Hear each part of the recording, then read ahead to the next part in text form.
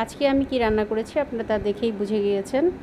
আমি 2 পদের মাংস এবং মাছ ভিজিয়ে রেখেছিলাম।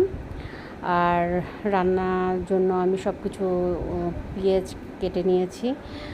আমি পুঁইশাক দিয়ে জোয়ারি মাছটা রান্না করব আজকে। রান্না করার জন্য মাখায় এটা বসায় দিলাম।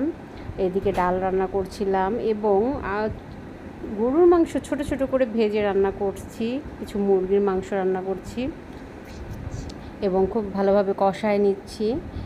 আমি আসলে আপনাদের ভালোভাবে দেখাতে পারিনি। আমার রান্না শেষ, আমার টেবিলে দিয়ে দিয়েছি, সবাই খেতে বসবে। তো আপনারা সবাই কমেন্ট করবেন যে আমার রান্না কেমন হয়েছে দেখতে, আর সব কেমন লাগছে আপনাদের কমেন্ট শেয়ার সব কিছুই আমি চাই। আমার ছেলে খেতে বসছে, সে রিভিউ দিচ্ছিল খাবার কেমন হয়েছে। তো সাথে